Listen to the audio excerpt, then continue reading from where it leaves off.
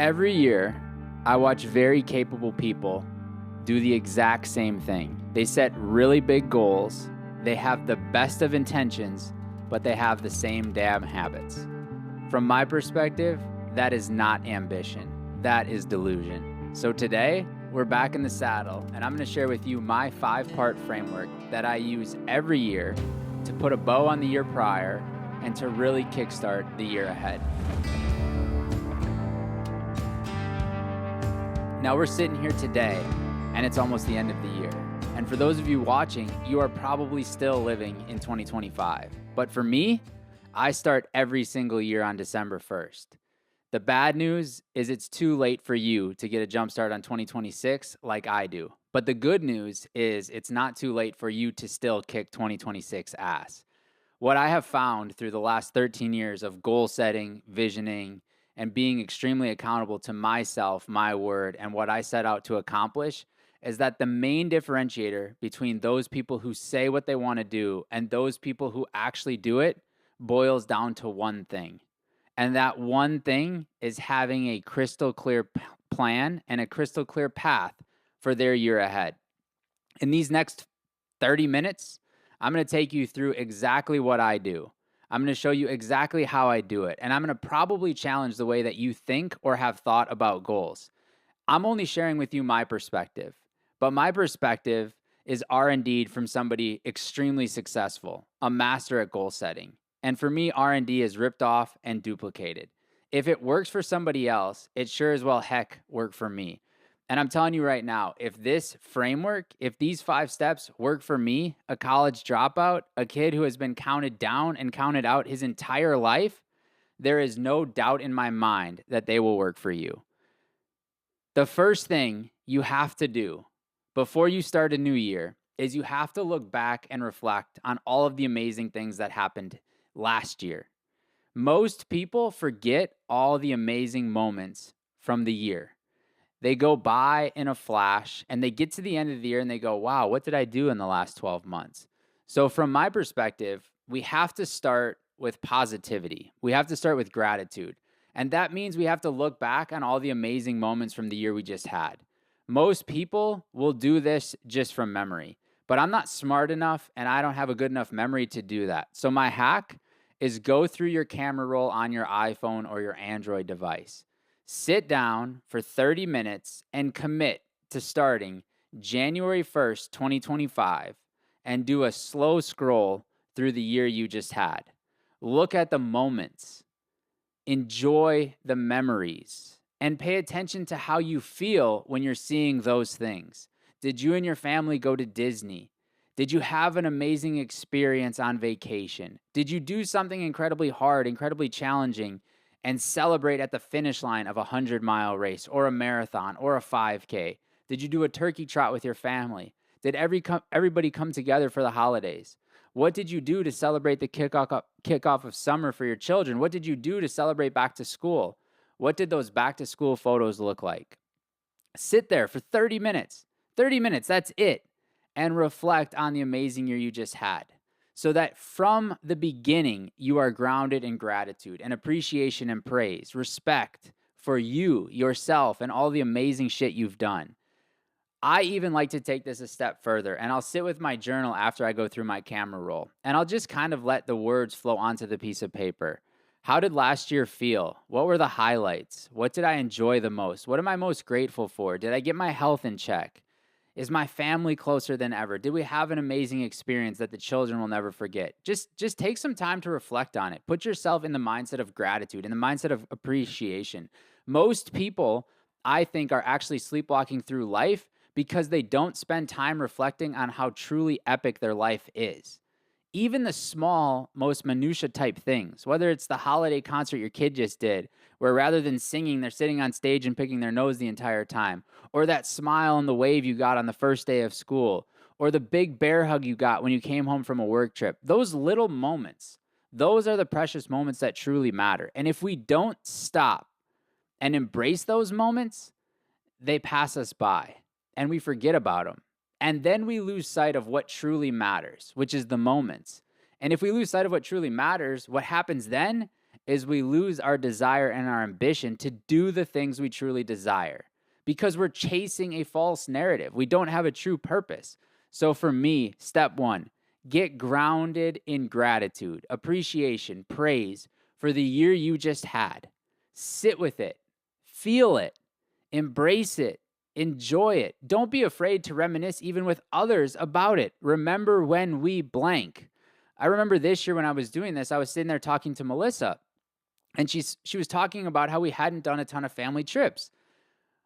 Well, sure enough, as I went through the camera roll, we identified so many moments we had on family trips in 2025 that we had both forgotten about. One of them was a trip to Disney with a VIP experience for our family and our friends over our kids' spring break, where we stayed in a giant Airbnb with another couple families, where the kids had a giant water park to play at every single day, where we went to 2 different parks on that trip. Such an incredible moment. But we sat there in November and we forgot it. We forgot it happened in 25. We had both thought that it had happened in 2024. So if you're truly willing to sit with it, that phone, that camera roll, and go through that slow scroll to find the moments, I believe you will start planning for your next year from a place of gratitude, from a place of appreciation. And from my perspective, the only way we can actually water seeds that we desire to grow is if we truly sit with the gratitude. Once we get that done, it's on to step 2. Now, this is where the rubber meets the road. This is where the hard truths start to happen.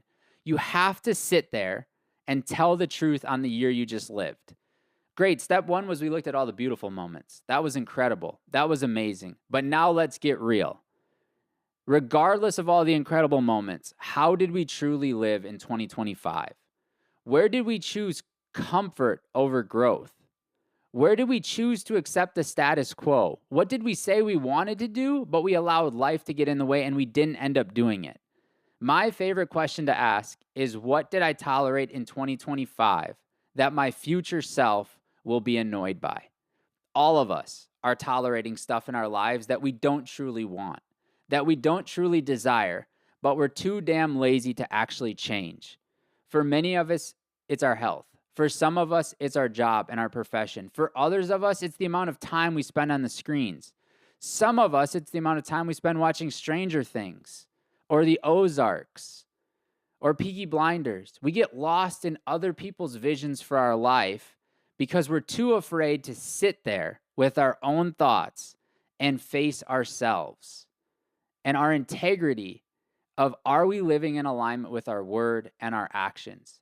So step 2, after we've sat with the gratitude, after we've sat with the praise, is where we truly get to audit last year. How did things go? What would I do different? Because guess what? 2026, you get a redo. 2025 is done. That ship has sailed. It's over. Now 2026 is yours to create, yours to build, yours to manifest, and yours to truly create the life that you desire. All the old habits, they're not gone, but you have the ability to choose to let them go. All the new habits, you have the power to choose to accept them and build them into your practice of life. But you can't do that unless you get brutally honest with yourself. For me, the most powerful book I ever read around this concept is Ryan Holiday's book, Ego is the Enemy. Because as you sit there and reflect on the year, you are going to feel your ego take over and want to say, hey, Matt, you're doing a great job. Hey, Matt, but you couldn't get fit because you ruptured your Achilles. Hey, Matt, you couldn't eat well because you were trying to make dinner for 3 kids and the macaroni and cheese with the Kraft noodles was just too damn good. Hey, Matt, it's okay. You looked at your phone a lot. You had really long, really busy days. The ego wants to defend ourselves and make excuses for the decisions that we made and try to justify our existence for living in the status quo. Ryan Holiday's book talks about how if you can leave ego at the door and leave that behind, how you can truly create change and transformation, living a life of curiosity, not a life of judgment, of resentment, but living truly in the question of what is the truth. Also, I love to separate progress from pride. And this ties directly to this concept, ego is the enemy. A lot of times, we will overlook the lack of progress we made in our lives because we're too damn prideful to be honest with ourselves. We want to justify why it is okay that we missed the target that we had set. And look, there are many times in your life where it is okay. It's truly okay. And there are more times in your life where it is not okay. And if you let pride sneak in and start to justify your lack of progress, 5 years from now, you will be sitting in the same damn seat you're listening to now, hopefully listening to the same damn person you're listening to now, asking yourself, what do I have to do to truly change? For me, it's get rid of the ego. It's be brutally honest with yourself. What's going well? Where am I failing? Where could I do better? So we've sat in the gratitude, then we've reflected and had the honest, hard conversations with ourselves. Radically candid. Step 3 for me is now we're going to start planning next year. What I do every year is I set a theme for my year. Most people think this is cliche, but if you look at any big brand, any big organizations, all of them have a mission statement, a one-liner, a slogan. One of the most famous ones is Nike, just do it. Now, if you think about that concept of just do it, most people think of it as like, oh, cool, it's a cool little tagline. It looks good on shirts, looks good on shoes, not bad on a backpack, maybe slick on a hat. But just do it, I believe, was actually a filter by which Phil Knight ran every decision for Nike through. I'm afraid to sign Michael Jordan's deal. Just do it. I'm afraid to take that risk and enter into the golf market. Just do it. I'm afraid to challenge the status quo and come out with these crazy colored shoes. Just do it. So if it works for big brands, if it works for big corporations to have a mission statement or a slogan or a tagline, then why the hell wouldn't it work for you in your life? For me, that's what my theme is. What is my theme of 2026? This is the sentence, the word, the one line, the two lines that every decision in my life is going to be run through. For me, 2026 is all about for the brand of Matt King, for the brand of GoBundance, for the brand of Matt King as a dad, for the brand of Matt King as a husband, for the brand of Matt King as being the best version of himself that he can be each and every day, regardless of how bad he is at branding cattle. For me, for the brand is my theme for 2026, and it's the filter that I will run every single decision through in my life. Now, this filter is very important for me when I'm setting goals because this filter has to be in alignment with the goals. If I'm doing something that contradicts the theme, then I have to ask myself, do I truly want this? Do I truly need this? Do I truly desire this? And if the answer is yes, then I have to be honest with myself and say, is the theme then right? What is your theme for 2026? And if you struggle with coming up with this theme, I would challenge you to go to ChatGPT and asking just a simple prompt, knowing what you know about me, what would you suggest my theme be for 2026?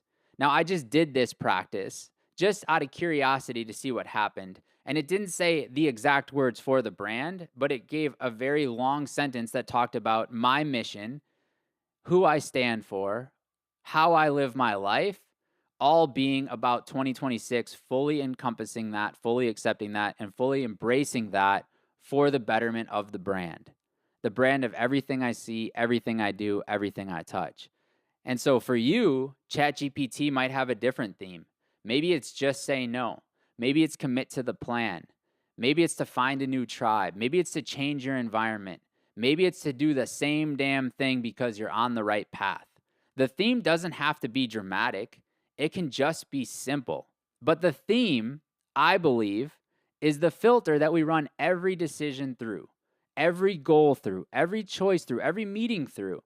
And if it is not in alignment with the theme, then our answer can easily be no. And one of the coolest things about no that I learned in 2025 when I did some studying on it is, believe it or not, no is a complete sentence. There is something inside of us that struggles with understanding we don't have to justify the no. With our children, in business, with friends, with loved ones, we feel like we have to say no because I don't feel well.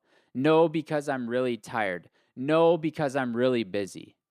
You don't have to justify it because oftentimes what follows the no, at least from my perspective, is bullshit. It's a lie. It's not true. So why don't we just stop at no? Put a period there and be done with it. It's not disrespectful. It's not rude.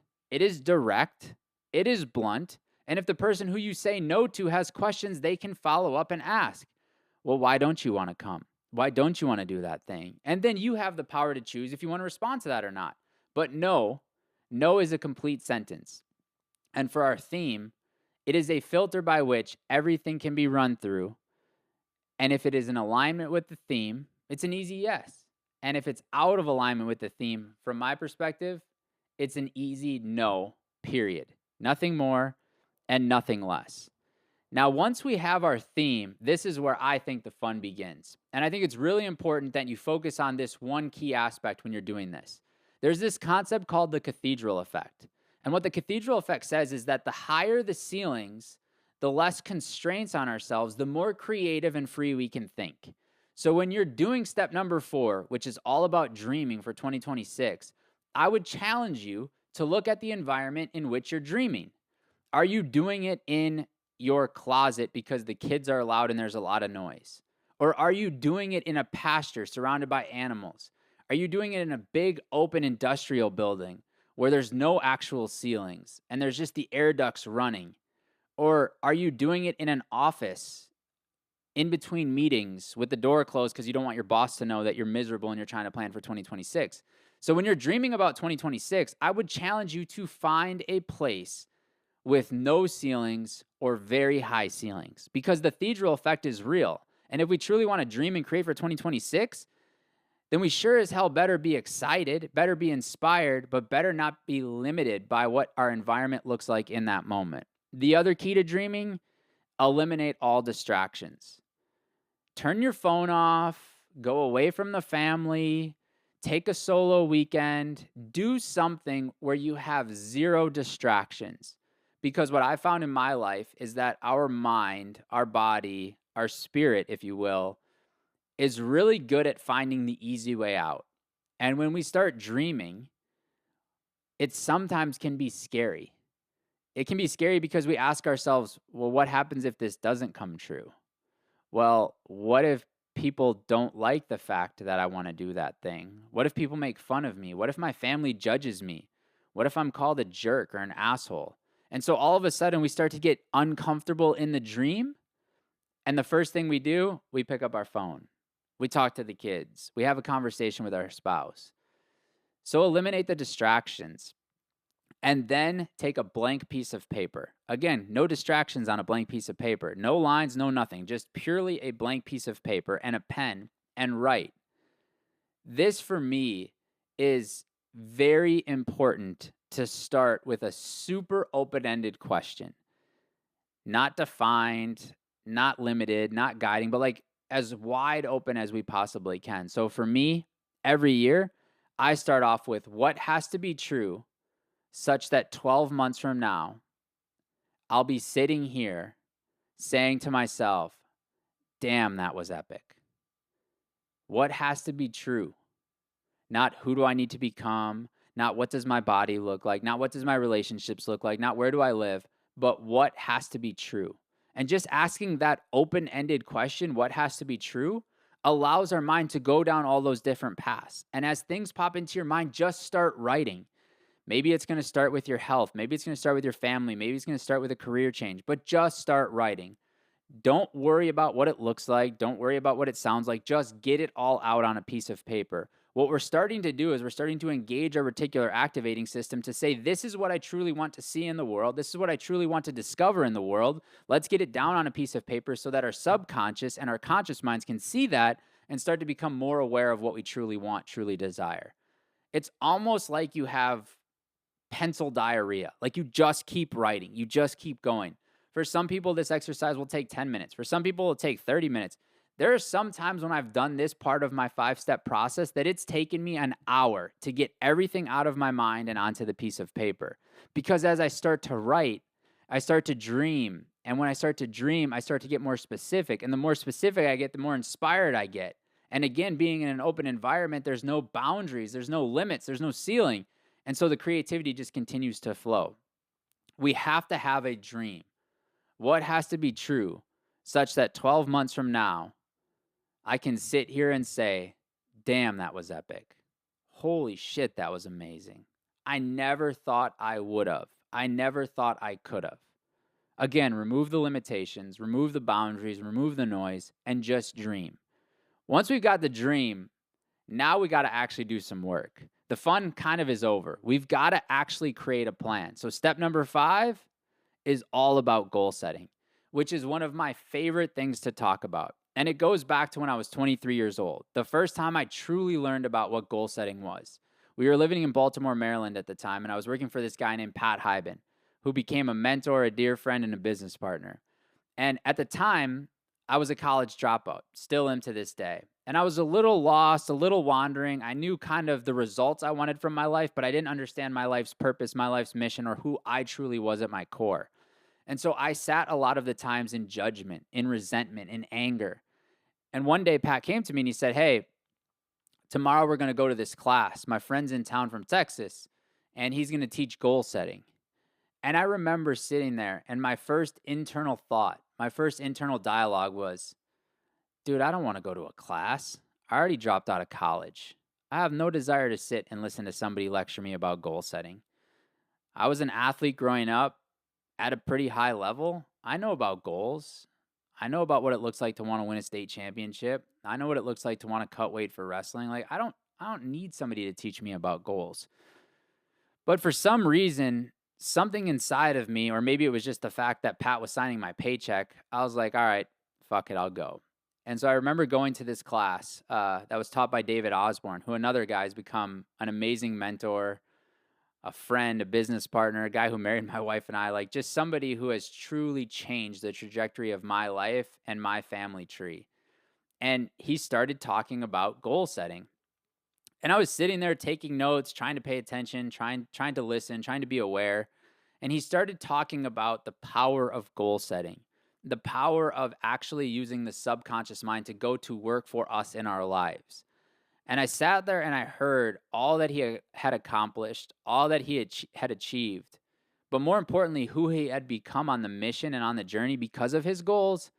And I thought to myself, shit, if that worked for that guy, standing in the front of the room, holding a purple journal with sunglasses hanging around his neck and a short sleeve button down shirt, damn, it sure as well better work for me. And so I literally wrote on my piece of paper, on my legal pad that I had in that meeting, buy a purple journal, have a vision for my life, and set goals. And I remember going home that day and talking to Melissa. At the time, she was just my girlfriend, and telling her, like, I got to set goals. I got to have a vision for my life. She's like, what does that mean? What does that mean? And I started reading some books to learn a little bit more about this, because what I recognized was my mind was the only thing holding me back from the life I desired. So I dove into two books that I would arguably say changed my life forever. The first one was given to me by Pat. I still read it every year to this day. It's called As a Man Thinketh. It's a hard read. It's written in very, very old English. But on every single page, almost in every single line, there is a nugget that if you truly sit with it, will shake you to your core. It's all about weeding the garden of our mind. It compares our mind to a garden. And if you look at a garden outside your window, there's always weeds growing. What do you have to do? You have to go spray weed killer. You have to go yank those weeds. It's amazing. We live here in Texas, and we won't get rain for 3 months, but somehow grass won't grow. The weeds, damn, they find a way to keep growing, wrap themselves around a tree, grow thorns, grow thistles. It blows my mind. And also, I recognize that my mind is the same damn way. We have been programmed our entire lives to think from one perspective, to view life one way. And we've taken all of that information in from our family, from our friends, from our teachers, from our peers, from social media, and we have used that to create a definition for us on how to think and how to act. the crazy part about it is what I've discovered is most of the things in our mind are actually weeds. And if we can get rid of those weeds, we truly can eliminate all limitations on our life and see what's truly possible for ourselves. And I went home and read that book. And then the next book I read, which is another sort of tough read, if you will, but it was a book called Think and Grow Rich. The interesting thing about it was when I picked up that book, I thought I was going to be taught how to think and then grow rich with money. But really what I was taught by reading that book was how to think and live an abundant life. And that's what true wealth is. And living into abundance is not just about money. It's about your health. It's about your relationships. It's about your contribution. It's about your spirituality. It's about the whole life you, being the best version of you can possibly be. Truly sitting, sleeping at night, and recognizing that you are living in integrity with your word. Your words and your actions are in alignment. If you can do that, you truly are wealthy. It doesn't matter how many zeros or commas are on your bank statement. If you can truly live in alignment with your word, you can fix the bank statement. You can build as much wealth as you want because you have taught and trained your mind, your body, your being, your subconscious that what I say, I am going to do. And once you do that, now it's just about saying the right things with regards to money, saying the right things with regards to your health, saying the right things with regards to your relationships and your contribution and your family. We have to weed the garden of our mind. And David went on to talk about goal setting. And he talked about a lot of things that still to this day I hold near and dear to my heart. But I'm going to give you how I set the goals. I take that dream and I reread it. And then I go back to sophomore year in high school when we were taught how to write a 5-paragraph essay. What I was taught, at least in the small schools in Wisconsin, was you do a mind map. So in the center of the piece of paper, you draw a circle. What is this 5-paragraph essay about? Well, this 5-paragraph essay is about 2026. So in the middle of my circle, I write 2026. Underneath that, almost like a sub-headline, I write my theme for the year. Again, I want to keep that front and center, and I want to constantly be running every decision for my life through that. Then I just start throwing spokes off of it. So for me, it's actually not a 5-paragraph essay. It's a 7-paragraph essay because there are 7 gardens for my goals. The first one is family, friends, and relationships. So I draw a line off that center circle, make another bubble, family, friends, relationships, and then I start jotting down what has to happen in that garden of my life to live in alignment with the dream that I just wrote down. Again, I'm not getting super specific here. I'm being kind of vague. And on most of these things, I'm writing down intentions and not goals. Have a better relationship, see grandma more, play golf with dad, enjoy the kids, spend more time one-on-one with the children. Like it's just kind of like getting it out, getting it on paper, more from an intention perspective. Now, the difference between an intention and a goal, this is very important because most people set intentions thinking they're setting goals and then are disappointed that they don't achieve what they wanted. But the thing about intentions is you can't actually achieve them. Intentions and the success around intentions is 100% driven by judgment because the intention is get healthier. The intention is have a better relationship. Well, guess what? Going back to that ego concept, when we sit there, the ego kicks in and says, yeah, you were healthier, even though the scale might say differently. The ego says, yeah, you have a better relationship, even though your wife hates you. The intention might say, yeah, you're a good dad, even though your kids are like, we haven't seen you in 3 weeks. And so you have to make sure that through this next part of the process, even though on this mind map we're throwing down some intentions, we're eventually going to convert those into goals. So we take 2026 and we start throwing off those bubbles. And I'll give you my 7 gardens. The first one I already talked about, but it's family, friends, and relationships. The second one for me is physical, nutrition, and health. Now, the reason those 2 are at the top of my list is because they don't come naturally to me. I'm not proud to admit that. I don't think it's good to admit. I wish it were different, but here's the reality. When I go back to step number 2 and I tell the truth about myself and my life, I recognize that I will sometimes put my family, my friends, and my relationship on the back burner. And because when I'm telling the truth to myself and recognizing that, I then have the ability to see how I feel because of it. And I don't feel good. I don't feel proud. So guess what? Let's put that damn thing front and center so that we focus on it. So that's at the top. What's the next thing that doesn't come natural? Physical, nutrition, and health. Yes, I've always been an athlete. Yes, I've always enjoyed working out, but I've also loved sweets. And so for some reason, I have really enjoyed living a life of a chunky monkey, let's call it. 2 years ago, I made a choice. I was done doing that. And I moved my physical, nutrition, and health up in my goal setting template. I moved it to second in line. And I started putting it almost front and center in everything I did. What happened for me when I did that was I actually started making the changes I wanted. I went from 185 to 143. I went from barely being able to run 3 miles to running a marathon, then another marathon, then doing 29:029, then doing another 29:029. And now in 2026, I've got some crazy physical nutrition goals planned. And because I live a prepared life, I actually don't have to spend as much time preparing for the thing because I'm always prepared. So in February, I'm running a 100-mile race that I have not trained for because I don't think I need to train for it. Generally, I stay pretty fit. And I also recognize that the 100 miles is less physical and more mental. And I know that my mind has already been weeded. There are no weeds in the mind. There will be weeds that pop up, but I understand how to weed the garden of my mind as I'm going through that journey. So for me, number 2 is physical, nutrition, and health. After that, spiritual and contribution. What am I doing from a spiritual perspective and what am I doing from a contribution perspective? Then we dive to intellectual and education. How am I learning? How am I growing? How am I evolving as a human being? After that, lifestyle and adventure. The 6th garden for me, environment and tribe. This is a tough one for a lot of people because they're like, environment, what do you define as environment? Well, your environment is where are you spending your time? Like, let's look at the environment as your car. If you have a 40-minute commute to work every day, what does your car look like? Are there healthy snacks in the glove box? Is there trash everywhere? McDonald's wrappers or receipts thrown on the ground? Is there music on the radio or is it podcasts?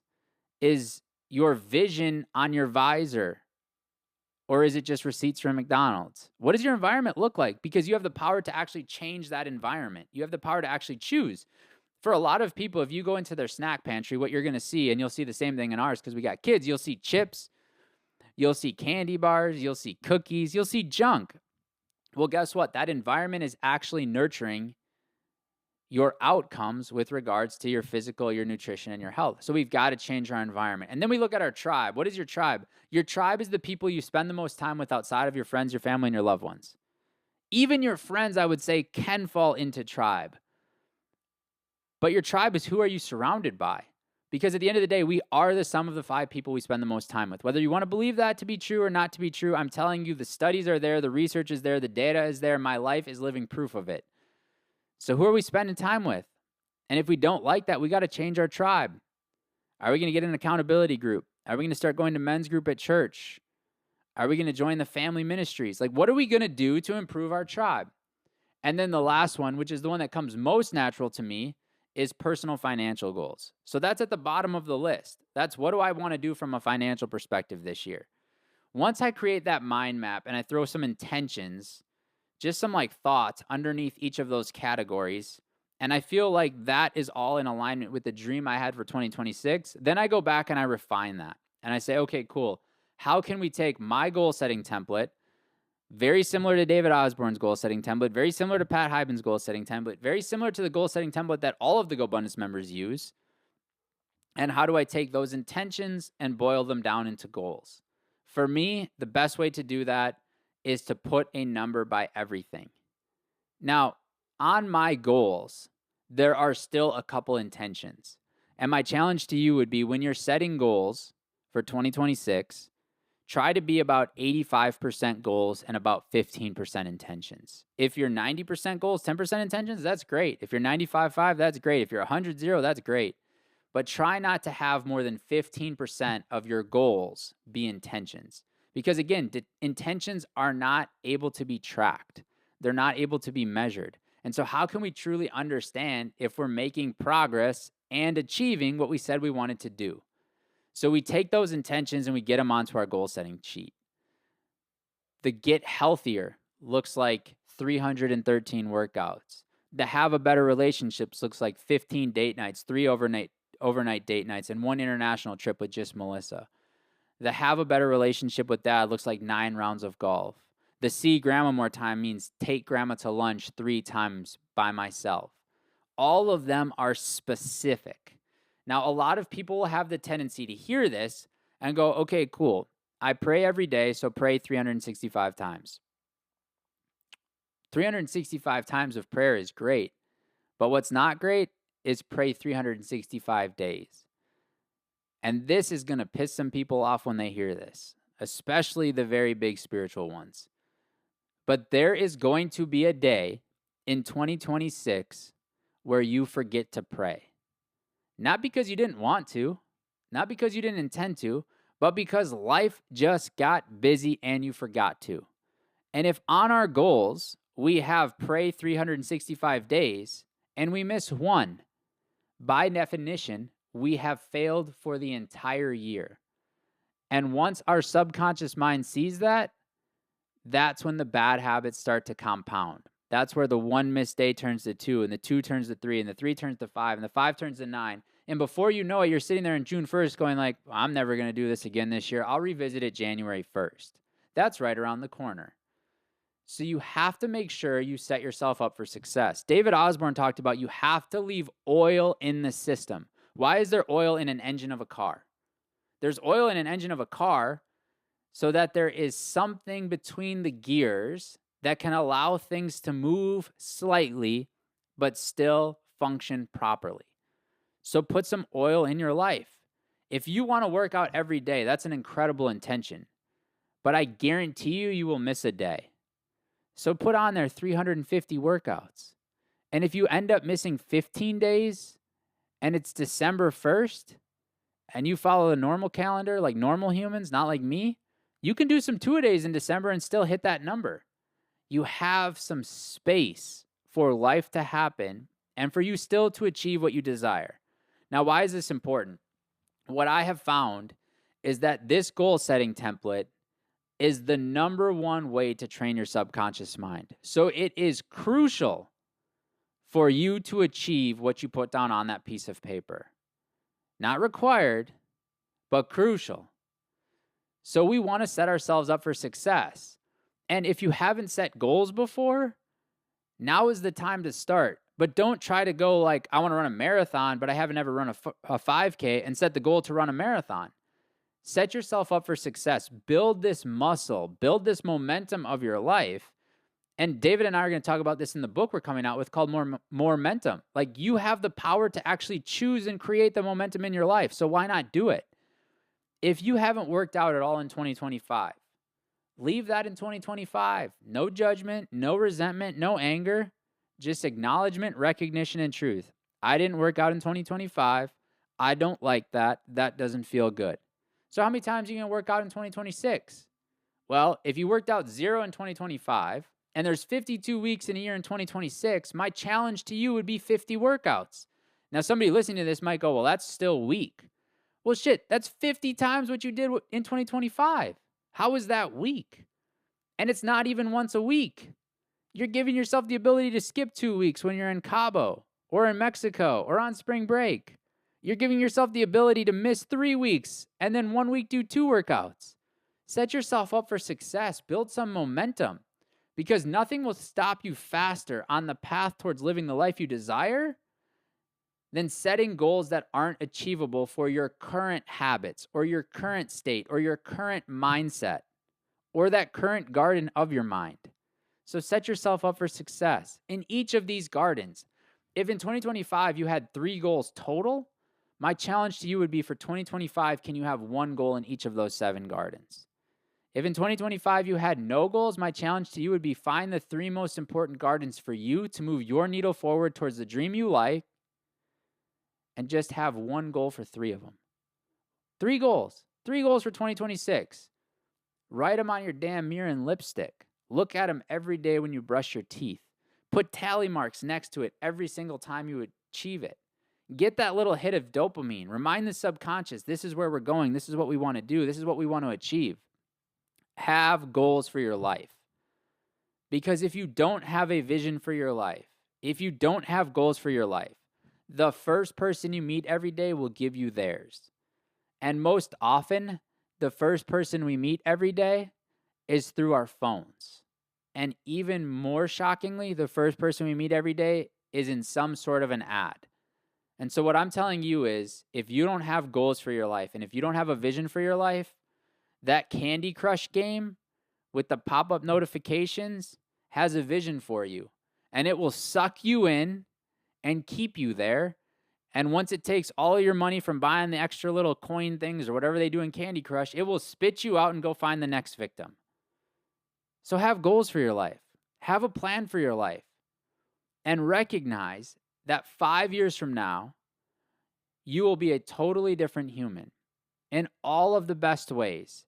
And you will have accomplished far more than you ever thought possible, because you also recognized that if you're not careful, you will overestimate what you can do in one.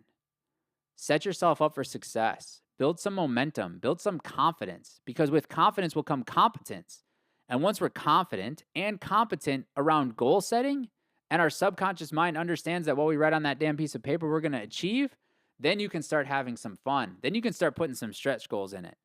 Now, there's 3 tricks that I use when setting goals.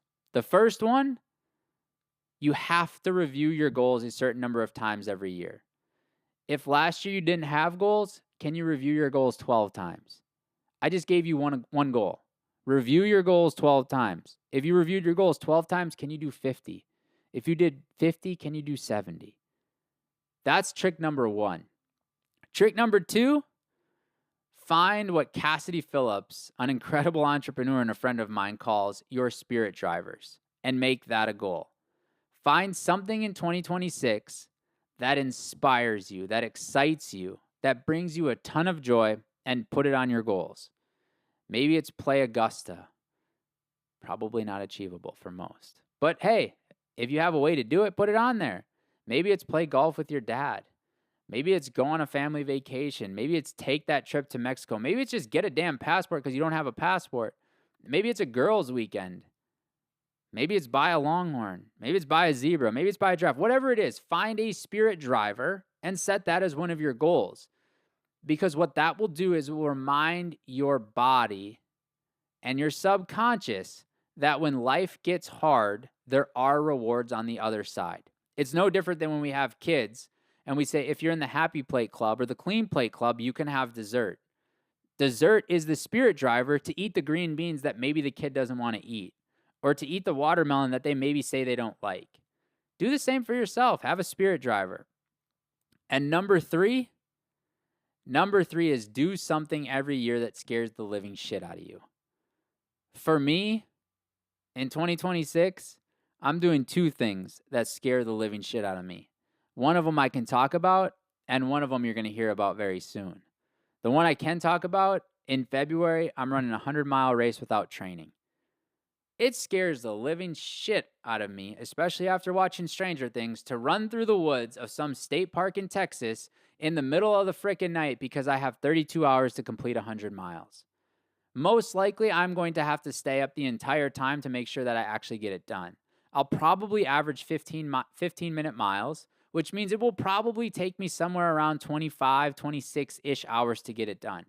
That means for 26 hours, I am going to be constantly moving, not sleeping, and eating whatever food I can find at the aid stations, drinking whatever water I can find at the aid stations, and praying to God that my headlamp works through the night, because this national park is full of rocks and roots, and I've ruptured my Achilles tendon twice. I don't want to do it a third time, and I never tie my shoes when I'm running. So it scares the living shit out of me. And guess what happens on the other side of it? When we achieve it, when we do the thing, we realize that the business deal we've been wanting to do isn't that bad. We realize that the house we wanted to buy isn't that scary. We realize that leaving the W-2 we've wanted to leave isn't that bad. Writing the book we wanted to write isn't that bad. Because if we could run a 100-mile race without training and get it done, what else can we do? A couple years ago, one of my things was ride a bull. And I'll tell you what, after sitting on the back of a bull, almost a 2,000-pound animal that literally wants nothing more than to get you off its back and kill you, everything else becomes easy and irrelevant. When you're sitting in the chute waiting for them to open it, and you can feel the heartbeat of the bull racing on your calves, you realize what fear truly is.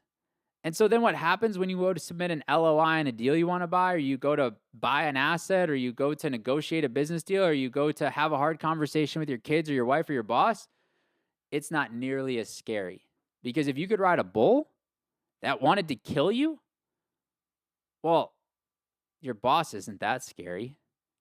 Hopefully you don't have to sit on their back. Hopefully they don't weigh 2,000 pounds. So do something every year that scares the living shit out of yourself. Some people, it can be simple. Go skydiving. For other people, it can be simple. Talk about my weight loss publicly. For others, it can be really hard and really challenging. Run 100 miles or ride a bull. But just do something that scares you. For everybody, it's going to look a little different. Once we have our goals, we can truly achieve whatever we desire in 2026, so long as we pay attention to what we put on that piece of paper and we track it.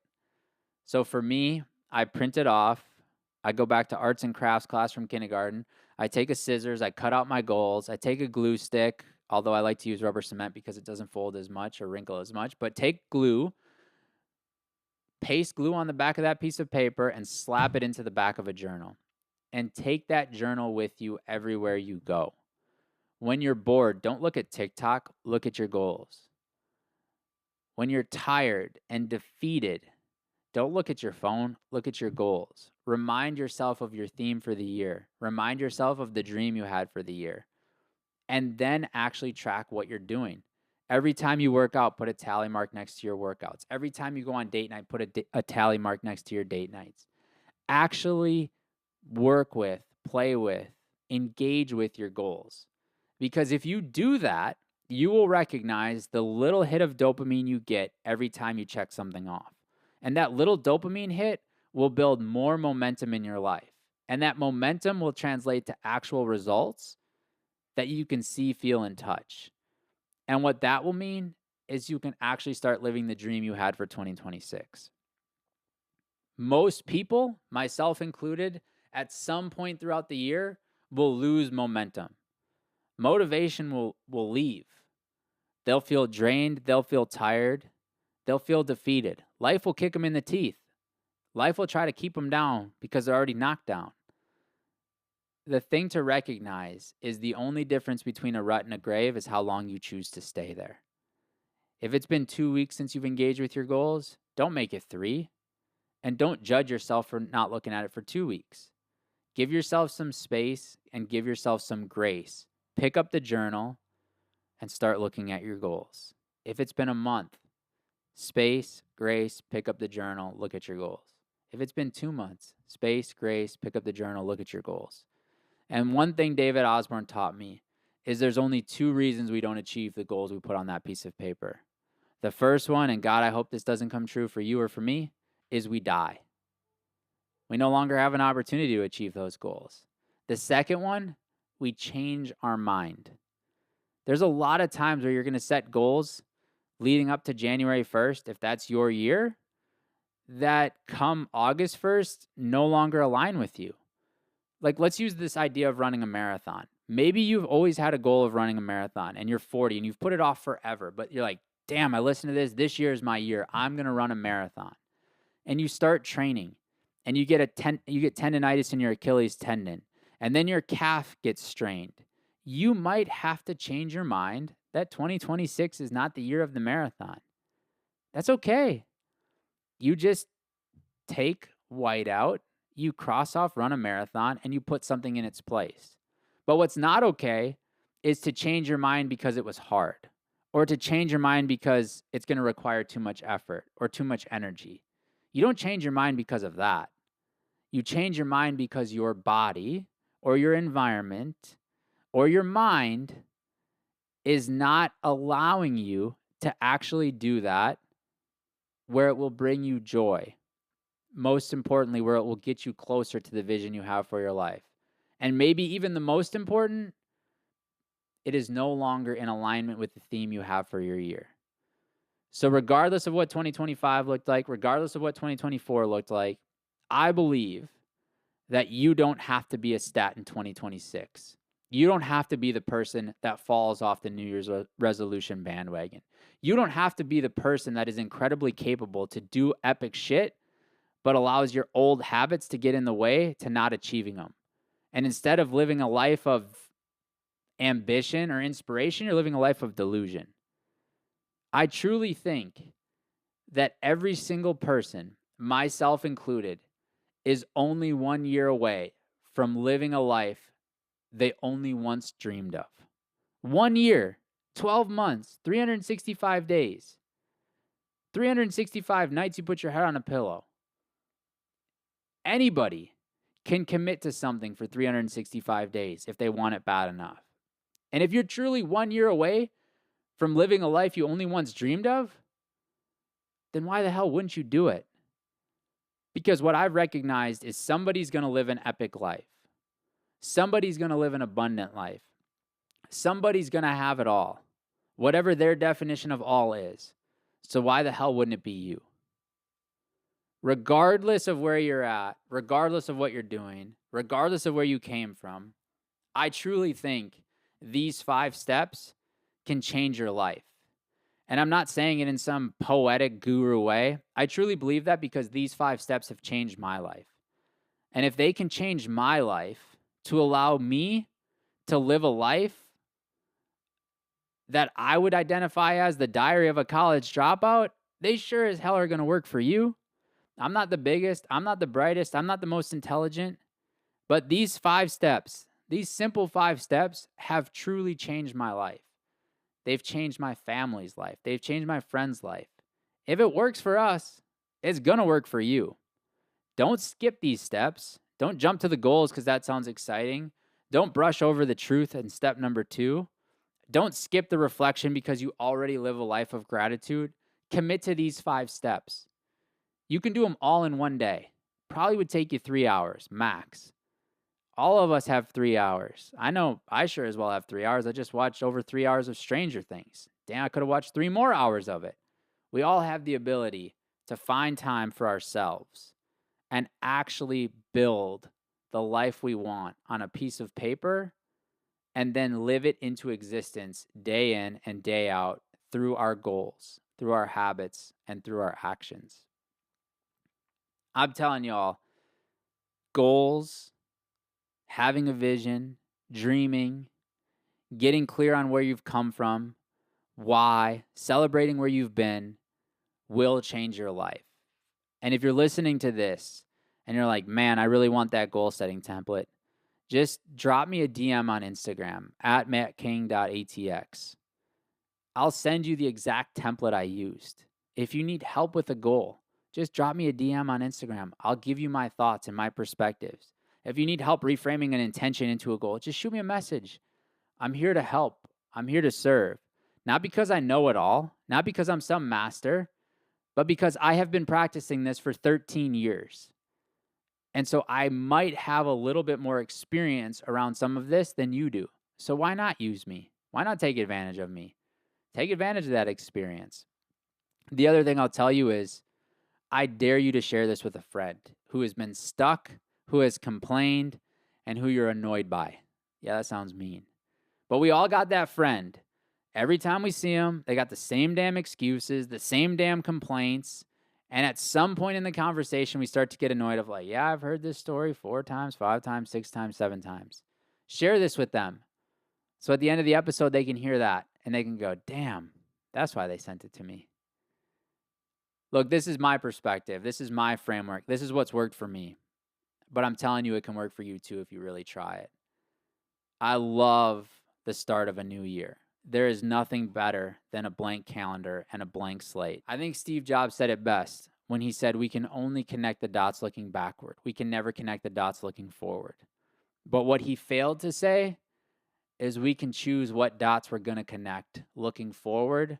So when we look backward, it's way freaking better. Appreciate you all being back in the saddle. Hope you crush 2026. If you have any questions, need any help on goals, shoot me a message. Happy to help, happy to serve. Make 2026 the best year ever. That's what I'm doing.